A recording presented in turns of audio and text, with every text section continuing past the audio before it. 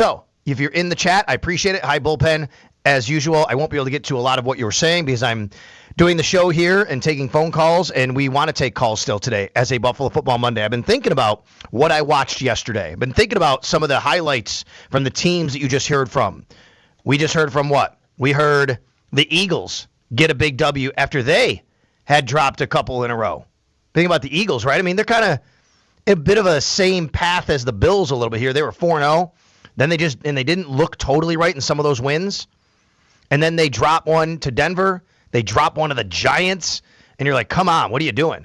And then they have a nice win. Didn't look great, but still won against the Vikings. They're 5-2.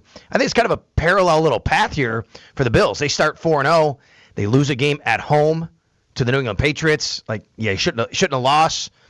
You think you shouldn't have. Some things that you didn't do right, you got to clean up. Then you go out to Atlanta, you lose, and now you need to bounce back. So that was one that we heard from on the highlights there. Another was the Denver Broncos. I mean, how about that? What are you thinking, folks? Were you rooting for Denver or the New York Giants yesterday? Because you could make a case for either. If you want to just go with the whole, oh no, it's NFC against AFC, and you want to make sure you're in a better position at the end of the day and at the end of the season than every team in the AFC as you can, then you're rooting for Denver to lose yesterday to be 4-3, and the Bills would be ahead of them, even though they have the division lead, because at the end of the year, that one game could mean seeding. Or you could have been rooting for Denver to say, no, I need them ahead of the Chiefs still. And they really are. The Chiefs still are in third place in their division. But, I mean, does anybody really think the Chiefs aren't going to take over at least the Chargers, if not more, with the Broncos after what we've seen with the Chiefs? And I want to get into them in a minute. And then we heard San Fran last night. Yeah, San Fran looked better against Atlanta than the Bills did.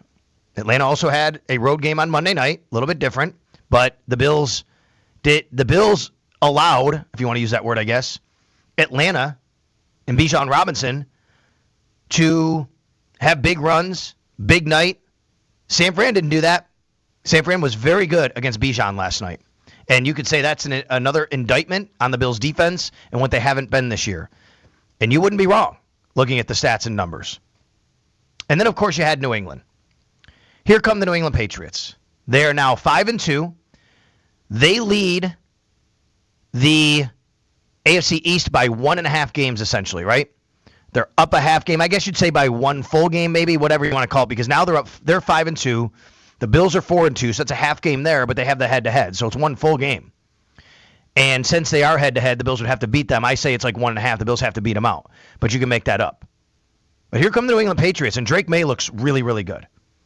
He set a New England Patriots franchise record. Yes, that's right, the team that used to have Tom Brady, with a 90% completion rate on more than 20 passes. I think he had to have more than 20 to qualify for this whatever stat. But either way, he was I think 23 of 25. Got to go back and look yesterday what his final number was. I think it was trending that way at the very end. Let me look at Drake May. Yesterday he was 21 of 23. There you go, for 222 and 2 touchdowns. And he looks good. And by the way, they brought in Dobbs comes in for May, who was in concussion protocol for a brief moment. He was in the tent, and he has a 12-yard completion. And the Patriots, it wasn't great until about halftime, and then the second half they kind of took over, and they did what they should do against the Tennessee Titans, you would think. But the Patriots aren't going away, folks. The Patriots are not going away. They are a team that's going to be there, especially considering their schedule. Now, I am interested in how they look the next 2 weeks. They have really 3 weeks. Cleveland, because Cleveland's defense is good. And they go to New England next week. And the way New England plays with what I always like to say, not a lot of margin for error, I'm interested to see that offense against the Cleveland defense. The problem is I don't think Cleveland can outscore them. Even if the Cleveland defense plays well, a low-scoring game, Cleveland probably wins. Then they do get Atlanta at home as well. Then they have to go to Tampa. So the next 3 games for New England are very interesting. And in the meantime, the Bills have to get back on track themselves, of course. And that starts next week against the Carolina Panthers. The Panthers with another win, 3 in a row. They win 13-6 over the New York Jets. They're just finding ways to win. They're 4-3. And they lost to New England, by the way, 42-13. And they shut out Atlanta 30-0. Who can figure these games sometimes? And as the Bills head towards Carolina, it just underscores how big of a game this is for them. The Bills have to win this game. You can't come back home next week against a Kansas City Chiefs team after dropping another and going 4-3. Then you're staring 4-4 right between the eyes. Even if you get to 5-2 for the Bills, 5-3 isn't the greatest start, but you have to win this game to even get there. Because after that, you have the Dolphins, who just look terrible right now. But then it's the Bucs and the Texans and the Steelers and the Bengals, who have some life now, and then the Patriots again, and then that Browns defense and the Eagles. Suddenly, the Bills' schedule, which looked a lot easier, I guess, in the offseason, isn't so much easier anymore. And that happens all the time. 803-0550 is the telephone number to call. All right, here's what I want to do for the next little while, before we get Paul Hamilton at the top of the hour at least. It's kind of get your temperature and your pulse on where the Bills are, but really what they need to do. Like, what do they need to do? How do they get out of what's happened the last 2 weeks? Jeremy and Joe had a really good poll today and a really good question. And it was basically like, who's to fix it? Who's to fix it? How do you fix it? Is it Joe Brady? Is it Brandon Beane? Is it Josh? They were specifically talking about the offense, if the offense needs fixing. I'm more concerned still about the defense right now. I do think Michael Hoyt will help a lot. Even Larry Ogunjobi, especially because Daquan Jones is out, you need another guy in that rotation because it hurt them losing Daquan before the game. Now, I'm not telling you that they are Bruce Smith and Fred Smerlas, right, coming back for all of you OG fans, right? Of course, we know Bruce Smith, but Fred Smerlas, good nose tackle back in the day. I was trying to think of a good comp here. All right, Ted Washington, whatever. I'm not saying that. But I do think these guys will help. I think they'll allow the Bills to play a little bit differently, how they want to play. But they still have a lot of questions on the defensive end. And yes, questions on the offensive end.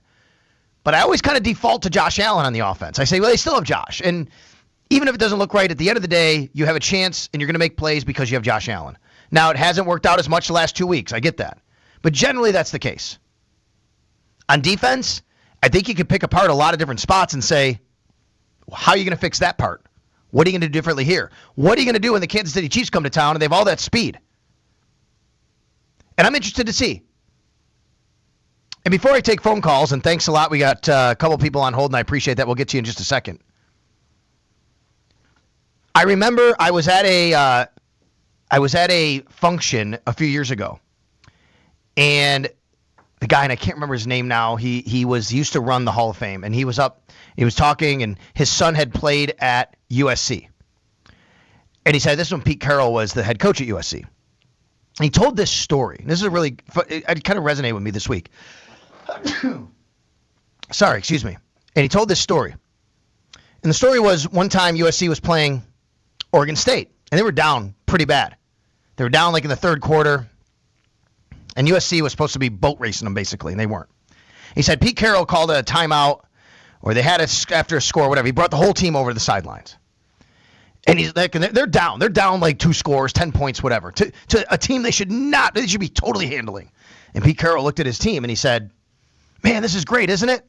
Everybody's like, what are you talking about, Coach? It's great. We're down. We're losing to Oregon State. It's great. This is great. I'm so excited. Like, what do you mean? And he said, I'm excited to see how you respond. So we're so all the time, like we go out there, we beat teams, but now you have adversity. How do you respond to adversity?